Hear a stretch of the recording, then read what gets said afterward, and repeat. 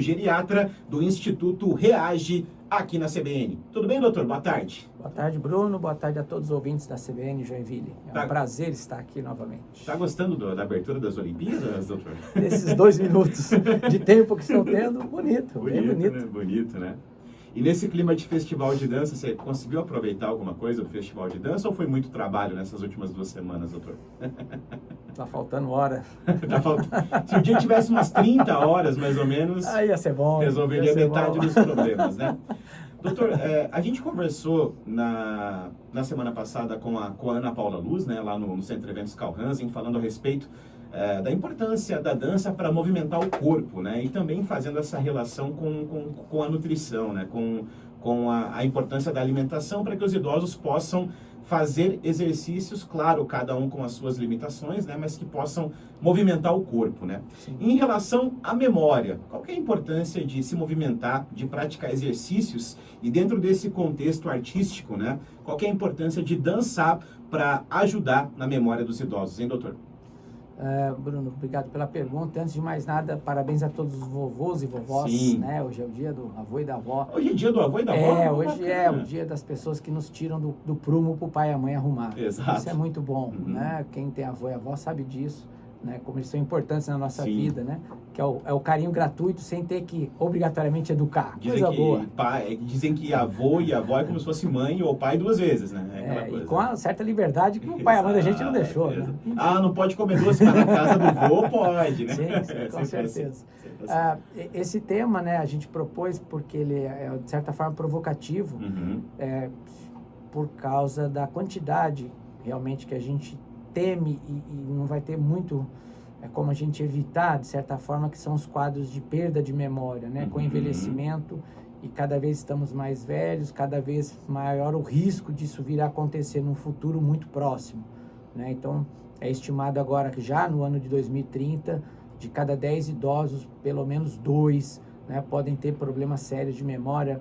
Popularmente, o pessoal sempre vai lembrar do Alzheimer, né? Isso é categórico, embora não exista só esse tipo de doença de memória, mas vamos colocar como o protótipo, né? O padrão, como a doença que, como a gente já sabe, né, não ter a memória intacta, uma boa memória, é muito difícil viver de maneira independente, né? De você fazer suas coisas, pagar suas contas, ir e vir, né?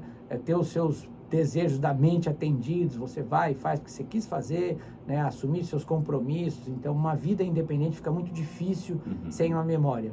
E, para surpresa e alegria de muitos, inclusive de nós geriatras, né, existe essa interface, né, de medidas que a gente pode adotar, né, quanto mais cedo melhor, né, e para preservar essa memória e até desenvolvê-la. Né?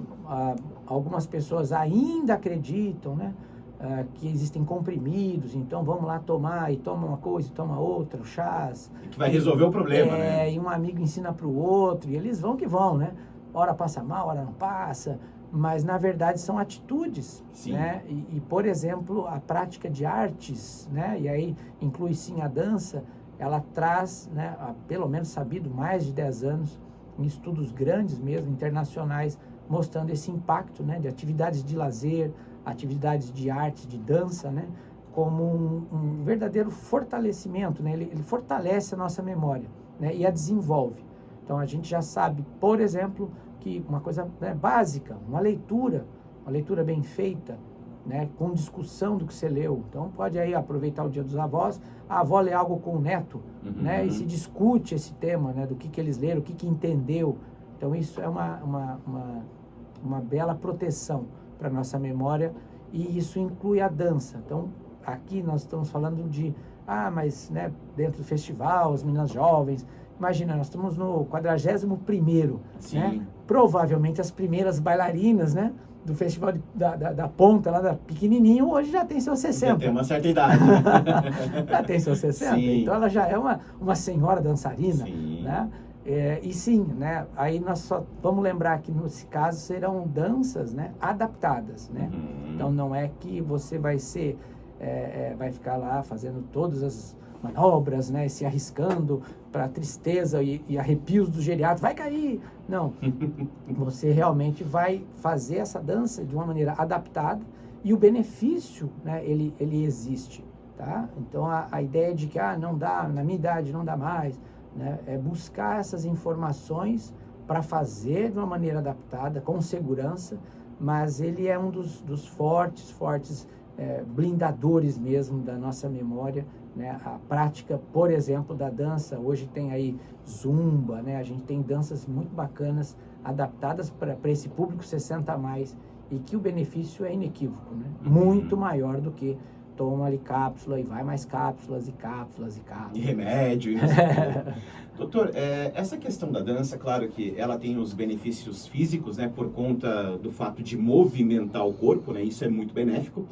Mas quando você fala em dança para idosos, normalmente são grupos, né? Aí tem a professora ou o professor, alguns outros idosos que também dançam juntos. Qual que é a importância dos idosos buscarem essas participações em áreas artísticas, culturais, de dança, no sentido da socialização? O quanto a socialização é importante para esses idosos nesse contexto, doutor? É crucial. Talvez a gente nunca vá saber, né, quem veio primeiro, né? Se eu, ao ressocializar, minha memória melhora, né? Ou se realmente, ao ficar mais isolado, a minha memória piora, né? O fato em si é que eu participar novamente da sociedade, seja em grupo, seja individual, né? Ou a dança de salão, por exemplo, é um par, né? Todas as modalidades de ressocialização, né? Elas são cruciais e elas trazem benefícios para a memória. Então, seja em grupo, seja, de novo, né, individual, seja aos pares, né, você fazer esse tipo de atividade combate sedentarismo, melhora a sensação de prazer, né, as tais endorfinas, lá, os hormônios da felicidade, né, então isso evita, né, você ficar isolado, ficar com um assunto só, né, que é a tal do empobrecimento realmente, né, até cultural, cognitivo desse idoso. Então, ter essa intergeração, né, às vezes você vai lá, o professor é mais jovem, então ele também interage contigo de certa forma antes da aula, durante a aula ou o grupo, né? Então o Covid mostrou isso, né, muito claro para a gente. O tal isolamento que muitos desejavam, ele veio e trouxe um grande problema, porque nós somos seres, né, sociáveis, nós somos seres coletivos, né? O ser humano gosta de ficar em sociedade, e isso para a memória é algo que não tem preço, realmente não tem preço. Faz bem dançar e faz bem socializar também, né, doutor? E para aquele idoso que de repente acha que não tem talento ou não gosta de dançar, temos algumas outras opções culturais que possam facilitar essa socialização, doutor, no teu entendimento? Tem. Quem pode ajudar os idosos? Tem, aqui fazendo um merchan, né, o SESC é o campeão, né? Sim. O Sistema S que a gente fala, ele traz essa facilidade, de certa forma, para o idoso a um custo menor, né? Quando tem, às vezes nem tem esse custo para eles. Para o idoso, por exemplo, a gente vai ter desde oficinas, que a gente chama, né, que são oficinas digitais, então ensinar esse idoso, por exemplo, a lidar com o computador, né, com o WhatsApp, com o celular que ele tem. Tem oficinas que envolvem bordados, que envolvem pinturas em tela, né? A volta, alguns que faziam e pararam, né, de tocar instrumento musical.